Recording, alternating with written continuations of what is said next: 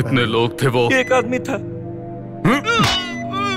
कितने लोगों ने देखा? पूरे शहर ने देखा भाई।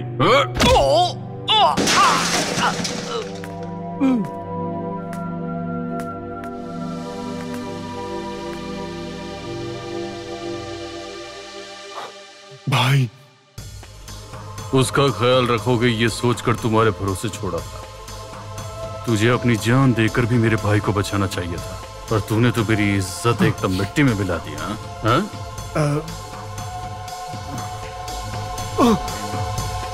इसकी सजा तो जानता है ना?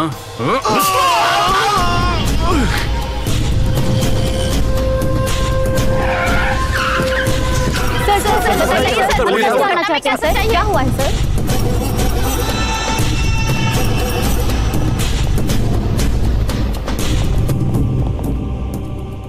भाई, यही है वो जिसने भाई को मारा।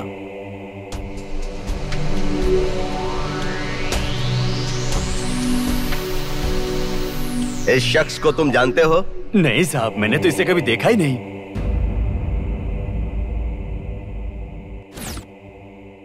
इस झगड़े के बारे में तुम कुछ जानते हो? मैं कुछ नहीं जानता साहब। इस केस में मुख्य गवाह यही है, इसीलिए मैं अदालत से इससे कुछ सवालात करने की इजाजत चाहता हूँ। Yes, proceed. दिनांक 9/7/2007 की सुबह 11 बजे के लगभग कॉलेज में आरोपी ने आपको और आपके 20 साथियों को बीच रास्ते में बड़ी बेरहमी से मारा था। मार खाने के बाद आप वन टाउन पुलिस स्टेशन में रिपोर्ट लिखवाने के लिए गए थे ना? मैंने कब रिपोर्ट दिया साहब? फिर तुम्हें ये चोट कैसे लगी थी? भगवान का दर्शन करने के लिए तिरुपति गए थे। आते वक्त पहाड़ के ऊपर से वैन खाई में गिर गई। पुलिस रिपोर्ट के अनुसार इसने ही तुम लोगों को मारा है। तुमने ही दस्तखत किया है ना? पुलिस वालों ने दस्तखत लिया है। अब पेपर में क्या लिखा ये नहीं जानता साहब।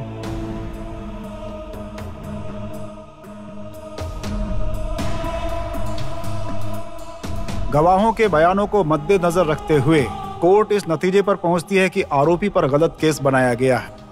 जगन अपराधी नहीं है, इसलिए अदालत इस केस को पूरी तरह से खारिज करने का आदेश देती है।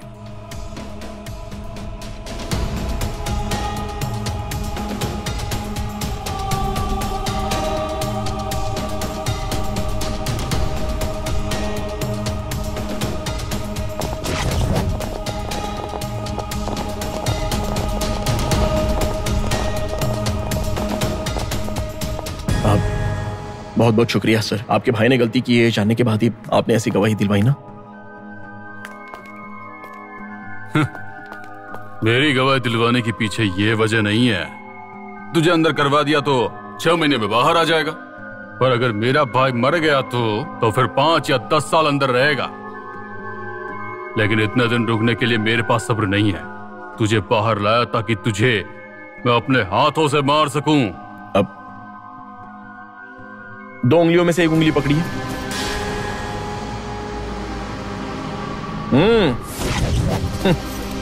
टच करने के लिए डर रहा है तो मुझे टपकाने की बात करेगा।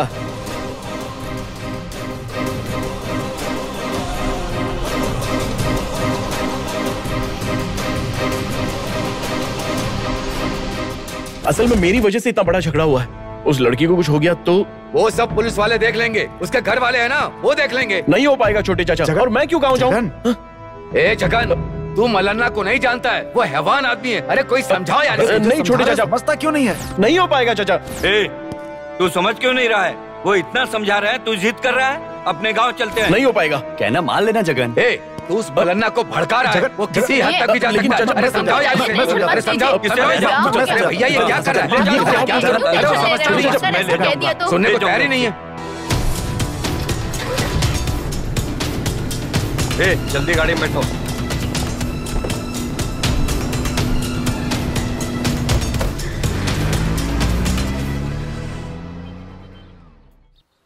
सुनिए, कॉफी।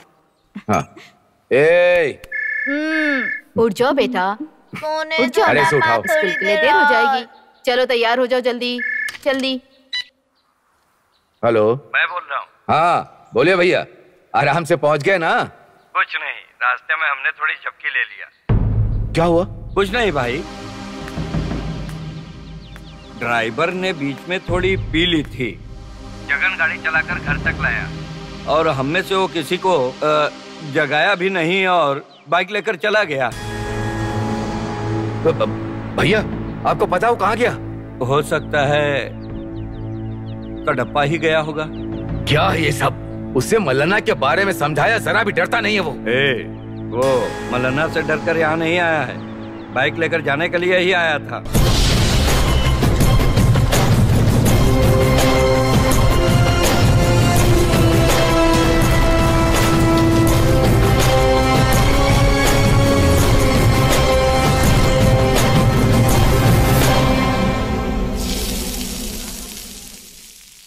मेरे घर आए हो इसलिए नहीं पूछ रही, तुम्हारे भले के लिए कह रही हूँ। वो लड़की तुम्हें पसंद नहीं करती, ये जानने के बाद तुम वापस क्यों आए हो? शहर में तुम्हें कोई प्रॉब्लम नहीं है इसलिए तुम्हें भेज दिया गया था। दोबारा क्यों आए हो? बोलो जगन। जगन, क्या हुआ? कुछ पूछ रही हूँ ना।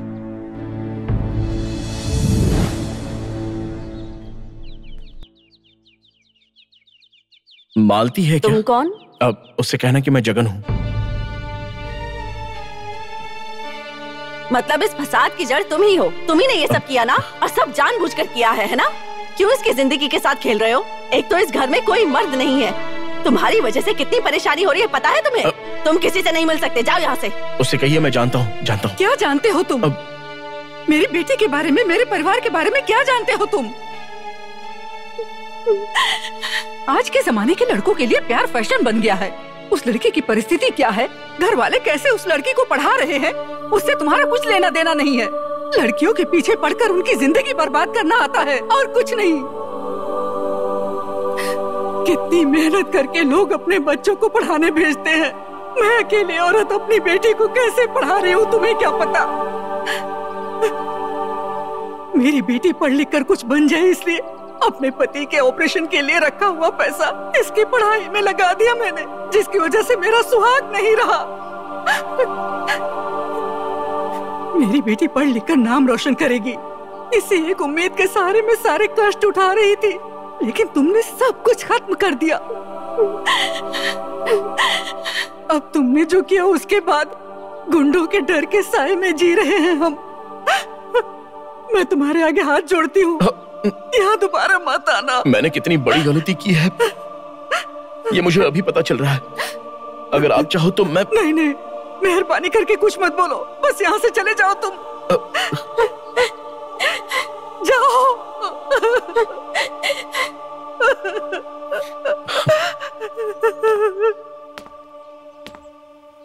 उन्होंने जाने के लिए कह दिया, लेकिन मैं कैसे जाऊं? इतना सब कुछ होने की वजह सिर्फ और सिर्फ मैं हूं। मेरी वजह से जो प्रॉब्लम हुई है उसे मैं ही सॉल्व करूंगा, इसलिए मैं गांव से लौट आया हूं। जैसा उनके माता पिता ने सपना देखा है, किसी भी तरह उस लड़की की पढ़ाई पूरी होनी चाहिए, फिर मैं खुद यहां से चला जाऊंगा। चाची कोई बात नहीं जगन, प्रॉब्लम का पता चलते ही उसे सॉल्व करने आ गए। आज के बाद उस परिवार से तुम अकेले नहीं हो, मैं भी हूँ। जब तक तुम्हारा काम पूरा ना हो जाए तुम यही रहना।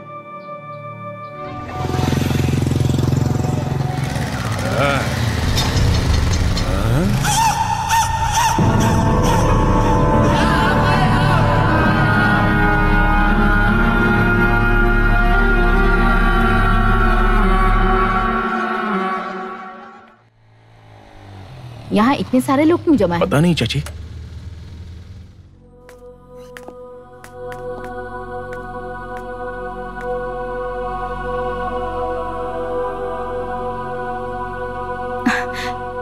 देखो मालती,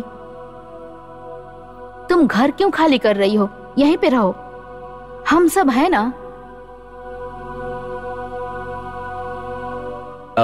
मेरे छोटे चाचा के साथ स्टेशन में काम करती हैं ये। आप भी एक औरत है ना, औरत होने के नाते आप हमारी तकलीफ समझ सकती हैं। रात को गुंडे आकर धमकी देते हैं, कभी फोन करके अनाप शनाप बोलते हैं। एक जवान लड़की के साथ मैं कैसे रहूं यहाँ पर बताइए? इस शहर में नहीं रह सकते हैं, चले जाएंगे यहाँ से। मेरी बात सुनिए, सुनिए। फिर मालती की पढ़ाई? मेरी बेटी की पढ़ाई जरूरी है या बेटी मायने रखती है? मुझे पढ़ाई नहीं, बेटी चाहिए। आज इस शहर में मुसीबत आई तो आप लोग जा रहे हो, पर जहां जा रही हूँ वहां नई मुसीबत आ गई तो? जो नसीब में होगा वो होगा। अब हमारा यहाँ पर रहना बिल्कुल ठीक नहीं है। अच्छे लोगों से जरूर डरना चाहिए, पर बुरे लोगों से नहीं डरना चाहिए।